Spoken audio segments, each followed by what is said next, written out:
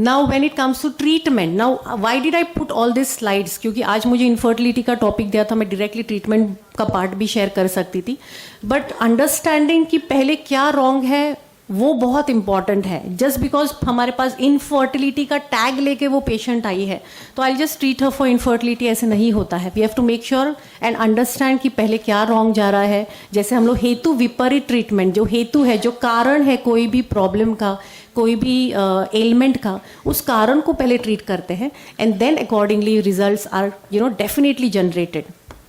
तो जब हम लोग जनरल ट्रीटमेंट करते हैं आयुर्वेदिक दृष्टि से, हम लोग पंचकर्मास करते हैं. पंचकर्मा मतलब 5 प्रकार के कर्मास होते हैं. उसमें वमन, विरेचन, बस्ती, उत्तर बस्ती, शिरोधारा, नस्यम, ऐसे स्टेप बाय स्टेप हमारा प्रोटोकॉल होता है. ऑलमोस्ट 3 मंथ्स का ट्रीटमेंट होता है. एंड पंचकर्मा से ऑर्गन लेवल पे तो फायदा होता ही है, बट होल बॉडी लेवल पे जो दोष धातु है उस लेवल पे करेक्शन होता है. In fact there are lots of research studies done कि पंचकर्मा से आपकी जेनेटिक लेवल पे भी करेक्शंस होते हैं. इसलिए मैडम ने अभी मेंशन किया था कि प्री कंसेप्शन में हम लोग पंचकर्मास करते हैं, सो दैट अगर कोई फैमिली में जेनेटिक एलिमेंट है तो वो आगे की जनरेशन में पास ऑन नहीं होती है. So genetically also if there is some disorder linked is definitely corrected by panchakarma. I would like to share कि मेरे पास एक patient आई थी, her husband, she was infertile for few years and when she was trying for treatments तो उसके multiple miscarriages हो रहे थे. मतलब उनको conceive हो रहा था but she was having a miscarriage. So when her gynecologist asked her husband to do a treatment which is called as genetic karyotype, chromosomal karyotype, वो एक क्रोमोसोम की टेस्ट होती है, स्पर्म का DNA चेक करते हैं, तो उसमें डिफेक्ट आया था उनको. And then we did panchakarma सिर्फ हस्बैंड पे, एंड वो सिर्फ एक शॉर्ट टाइम ट्रीटमेंट हुआ because then they travel, they just didn't do the treatment. So सिर्फ हस्बैंड को हमने एक विरेचन पंचकर्मा किया था 10 डेज का. एंड 2 महीने बाद उसने मुझे फ़ोन किया that madam I have conceived. She did not take any treatment, only her husband took virechana. उसको वो प्रेगनेंसी फुल टर्म रही एंड टिल द एंड टिक के रहा, लाइक 7-9 मंथ्स तक फुल टर्म ग्रोथ हुआ. And then she delivered a healthy child and the same female who had a history of miscarriages. तो simple panchakarmas, but of course male parameters को भी consider करना बहुत इंपॉर्टेंट है. So just as I said, panchakarmas work at the dosha dhatu level and also at the hormonal level, at the DNA genetic level as well. Now the basic line of treatment according to Ayurveda, I'll just tell you a vague treatment line. तो आयुर्वेदा में हम लोग क्या करते हैं कि एक 3 months का कोर्स उनको बताते हैं, बिकॉज ऐसे नहीं कि एक दिन में आ गए, 15 दिन में हम लोग आपको रिजल्ट दे सकते हैं, बिकॉज इट टेक्स टाइम. ऐसे नहीं है कि आपको 2-2, 4-4 साल भी लगता है, ऐसे नहीं है. बट जब कोई पेशेंट 4-4, 5-5 बार IVF फेल करके आता है या 2-2 साल ट्रीटमेंट लेके आ रहा है, तो हम लोग आते ही हम लोग उन्हें बोल नहीं सकते कि next month you will conceive. It takes time because corrections take time, bodily corrections. तो हस्बैंड वाइफ दोनों को भी हम लोग 3 मंथ्स सेलिब्रेसी फॉलो करने को बोलते हैं. No intercourse has to be done. उस 3 मंथ्स में हम लोग अलग अलग पंचकर्मास करते हैं. वमन, ऑफकोर्स अगेन ऐसे नहीं कि पेशेंट आए तो सारे पंचकर्मास, एज वी ऑल नो कि दोष धातु प्रिवेलेंस देख के हमें पंचकर्मास प्लान करने पड़ते हैं. तो वमन, विरेचन, बस्ती, उत्तर बस्ती, नस्यम, शिरोधारा, ऐसे हम लोग प्लान करते हैं. Plus internal medications are given. And then after 3 months हम लोग ओवुलेशन स्टडी को मॉनिटर करके we plan the fertile period. Now PCOD, now this was a line of treatment. But कोई भी अगर हमारे पास इनफर्टिलिटी के लिए आता है तो PCOD का टैग कोई लेके आता है, कोई लो AMH लेके आता है, किसी में स्ट्रेस होता है, किसी का sperm count. So every patient comes with a tag कि मैडम मुझे PCOD है बचपन से या कुछ साल से और मैं कंसीव नहीं कर पा रही हूँ. So first I have to treat the PCOD because unless and until I am not working on the ovarian cyst will not deliver results. तो PCOD अगर कोई आता है तो first will have to work on the PCOD. अगर obese है तो weight loss करना मैंडेटरी है. इसलिए मैंने बोला कि 3 मंथ्स में हम करेक्शंस करते हैं. कोई लीन PCOS है, बहुत पतली दुबली लड़कियां होती है, वात प्रकृति हम लोग जिसे बोलते हैं, तो ऐसे पेशेंट्स में भी पहले हमें वो वाता को बैलेंस करना पड़ता है. अगर साइकिल्स रेगुलर है तो वेल एंड गुड. इरेगुलर है तो first we have to regulate it by not using any kind of external hormones. Artificial हम लोग हार्मोन्स बिल्कुल नहीं देते because it doesn't work. In fact artificially ऊपर से हम लोग जो भी हार्मोन्स देते हैं उससे अंदर के जो बॉडीली हार्मोन्स है उसमें और इम्बैलेंस होता है. सो नेचुरली आपकी जो ब्रेन है या पर्टिकुलर ऑर्गन्स है जो हार्मोन्स सिक्रीट करते हैं उन्हें अपना काम करने देना होता है. But of course by with a course of particular treatment जैसे पंचकर्मास है, इंटरनल मेडिसिन है, lifestyle and dietary modification every patient has to do mandatory, because वो तो आजकल सबका गलत होता है, and unless and until that is not corrected that you don't get result. So मेरा एक क्राइटेरिया होता है कि पेशेंट आने के बाद सबसे पहले मैं डाइट चार्ट लिख के देती हूँ and tell them see why I am writing this first, because this is important even more than the medicinal treatment and the panchakarmas. केवल मेडिसिन और पंचकर्मा तभी काम करेंगे जब आप डाइट फॉलो करेंगे, लाइफस्टाइल फॉलो करेंगे. So that is also very important. So PCOD and infertility में as I just I mention we give certain medicine जो मैं अभी पढ़ के नहीं दिखाती हूँ, आपने ये फोटोज लिए होंगे. So we do panchakarmas and certain kalpas which work wonderfully, but diet, lifestyle correction, certain form of exercises is very important. Lean PCOS, just now as I said, we do various panchakarmas, we give them medications, but panchakarma में हमें बस्ती चिकित्सा देनी पड़ती है because Basti works miraculously, wonderfully to correct it from root. क्योंकि हमारा उद्देश्य ऐसे नहीं कि बस 2-3 महीने पीरियड्स आ जाए, एक बार आप कंसीव करो तो लाइफ लॉन्ग आए नहीं आए डजेंट मैटर, ऐसे नहीं है. We want you to your element to get corrected from root. बार बार आपको ये प्रॉब्लम नहीं होनी चाहिए. So we do all this पंचकर्मास.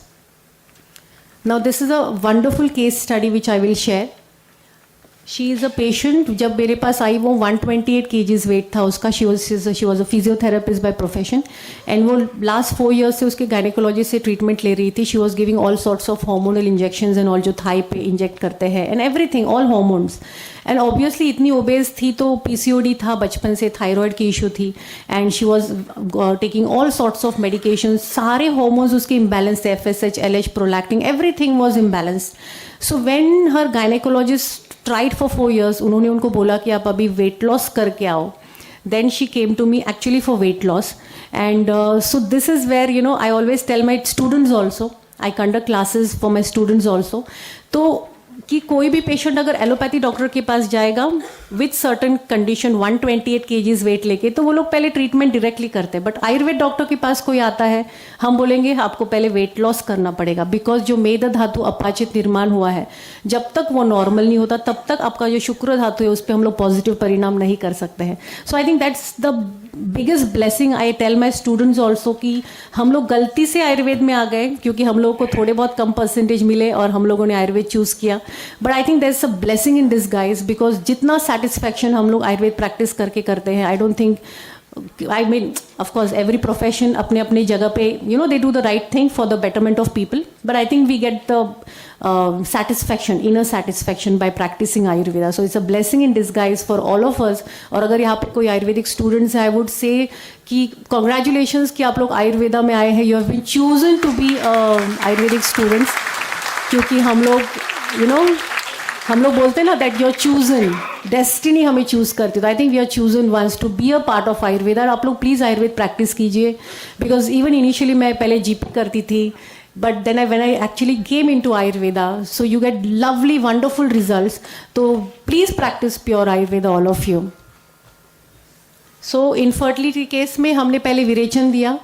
इतना उनमें वाटर रिटेंशन था कि विरेचन के बाद on the 10th day itself she got her first periods without taking any hormonal pills. Life में फर्स्ट बार वो बोली मैडम मेरे विदाउट एनी पिल्स मेडिसिन आए हैं just after विरेचन.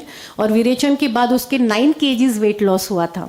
Okay, and then of course we gave her medicine and diet and all. तो उसका आगे चल के भी और वेट लॉस करना बहुत इंपॉर्टेंट था with a certain set of medicine, Kuberakshavati, Chandraprabha, Medohar guggul, and of course panchakarma में हमने बाकी के भी पंचकर्मास किए. इस पेशेंट में हमने उत्तर बस्ती नहीं किया था, but after proper weight loss उसके मेंसेस रेगुलेट हो गए.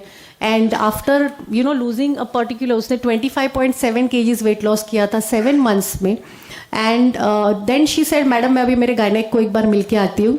She went to a gynaecologist, she did all her lab investigation, everything was normal, FSH, LH, prolactin सब नॉर्मल आ गया था. उसके पीरियड्स रेगुलेट हो गए थे.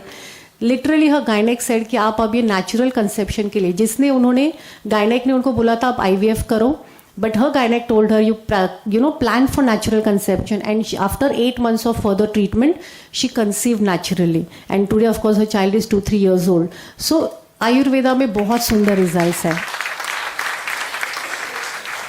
Okay, this is Ayurveda affecting obesity affecting. तो इसमें लेखन बस्ती हम लोग देते हैं जिसमें त्रिफला, गोमूत्र वगैरह हम लोग यूज़ करके देते हैं. तो लेखन बस्ती अलॉन्ग विद जो हम लोग योग बस्ती करते हैं, तो एक दिन matra basti of Sahacharadi tailam and 1 day yoga basti या ट्वाइस अ वीक, डिपेंड्स कि पेशेंट को कैसे सूट हो रहा है। ऐसे हम लोग either you give it twice a week और ऑल्टरनेट डे ये बस्ती का योग हम लोग करते थे। Now anovulatory cycles, now when the ovulation is, sir कितना टाइम है मुझे, कितनी वेळ झाला, ठीक है हाँ, तो I just finish it fast. So ovulation induction के लिए भी ऐसे नहीं कि ओवुलेशन के टाइम पे मेडिसिन देते, we give panchakarma throughout the process, तो then it gives wonderful results. Now this is a case study, I will not read it completely, but इसके भी 4 IVF फेल हुए थे and then she conceived naturally with Ayurveda, same protocol, panchakarmas to both the partners and all the medications and Uttar Basti, everything. But of course it takes time. ये patient ने 8 या 9 months के बाद conceive किया था, but she took the treatment, you know, genuinely took the treatment. Now these are विविध बस्ती कल्पास for with मात्रा बस्ती, हम लोग ये योग बस्ती उनको दे सकते हैं। So various Basti कल्पास we give. तो ये मेल्स को भी देते क्योंकि ये शुक्र पे भी काम करता है। No habitual abortions, torch test positive, मैंने जैसे अभी बोला कि मेल पैरामीटर को भी कंसिडर करते हैं and we have to treat it accordingly and we have to treat the male parameter also.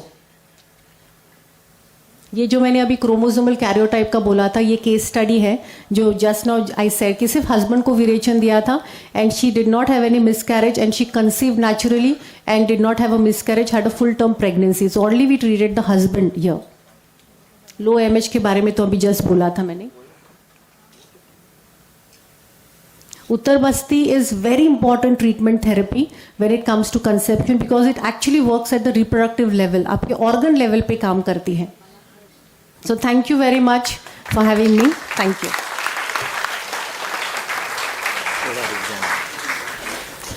Thank you so much madam. ये थी डॉक्टर सुजाता पवार मैडम। बहुत सारी बातें करी उन्होंने, कर्म की बातें करी, पंचकर्म की बातें करी, दैव व्यपाश्रय चिकित्सा की बात करी।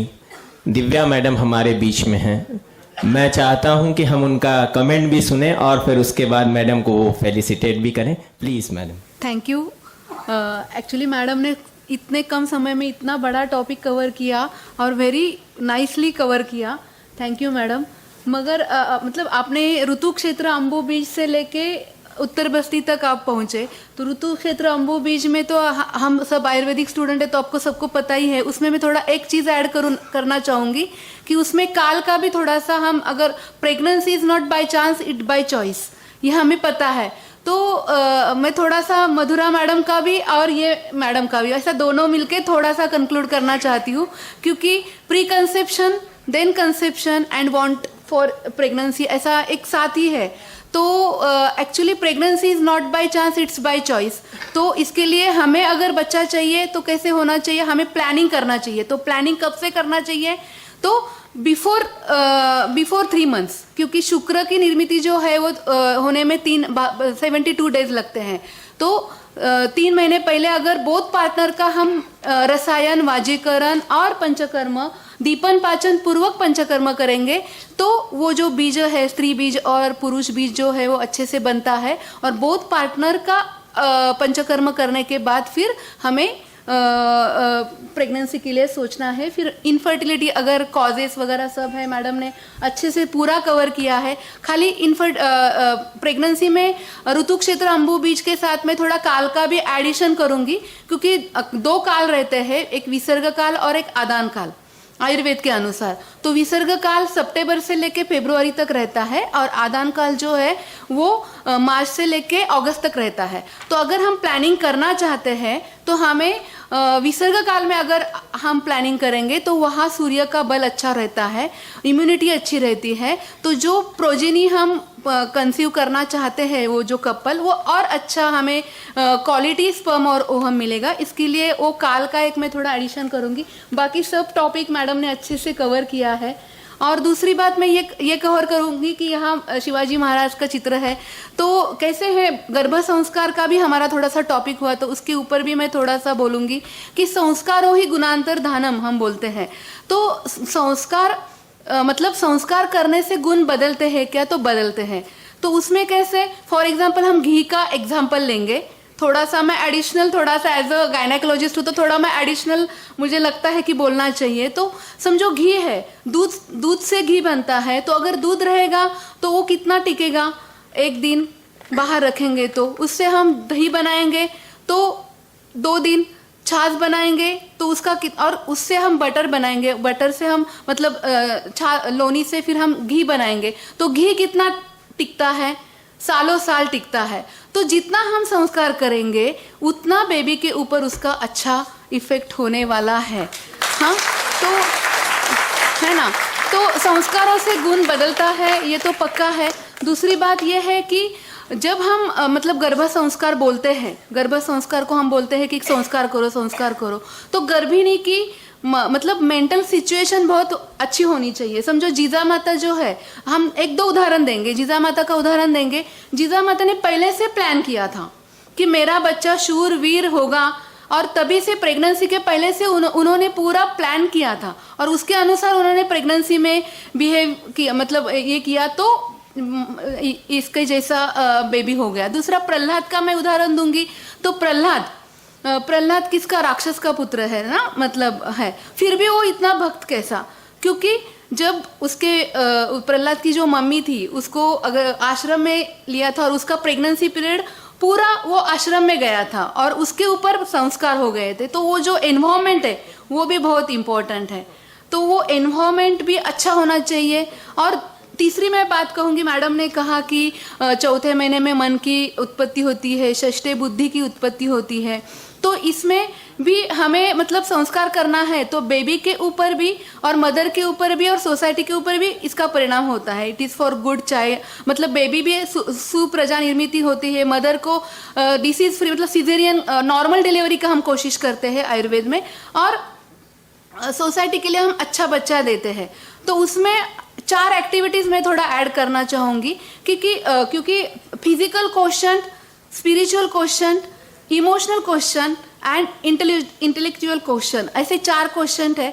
तो वो 4 क्वेश्चन डेवलप करने के लिए हमें गर्भिणी को ये प्रवृत्त करना है कि फर्स्ट ट्राइमेस्टर में फिजिकल क्वेश्चन डेवलप करने के लिए सूक्ष्म व्यायाम वगैरह ऐसे करना चाहिए, मगर सेकेंड ट्राइमेस्टर से इंटेलेक्चुअल क्वेश्चन डेवलप करने के लिए अच्छे अच्छे एक्टिविटीज़ करना, सुडोकू पजल्स, मतलब चौथी का बच्चा या फर्स्ट में बेबी रहता है उसको हम कैसे सिखाते हैं वैसे अगर हम मदर को सिखाएंगे तो वो सब संस्कार उसके ऊपर होते हैं। अगर समझो उसने टेबल बाय हार्ट किए प्रेगनेंसी पीरियड में, तो बेबी इंटेलेक्चुअल होता है, it is proved bye scientifically. मतलब ये जो पुराने ज़माने में क्रोशा वर्क करते थे, स्वेटर ये करते थे, उसका भी परिणाम क्या है, कंसंट्रेशन होता था, कंसंट्रेशन इतना होता था कि उसके आगे जाके फिर ये हम 4 क्वेश्चन हम डेवलप कर सकते हैं। अगर समझो अच्छे अच्छे शूरवीर विवेकानंद जैसे इसकी स्टोरी अगर हम सुनाएंगे तो वो इफेक्ट बच्चे के ऊपर होता है, अगर पौराणिक कथा हम सुनाएंगे तो वो इफेक्ट बच्चे के ऊपर होता है।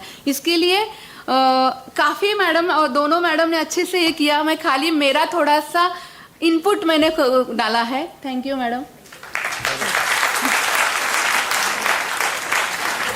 Thank you so much madam. और मैं चाहूँगा कि दिव्या मैडम, डॉक्टर साहब, आप डॉक्टर सुजाता मैडम को फेलिसिटेट करें प्लीज़।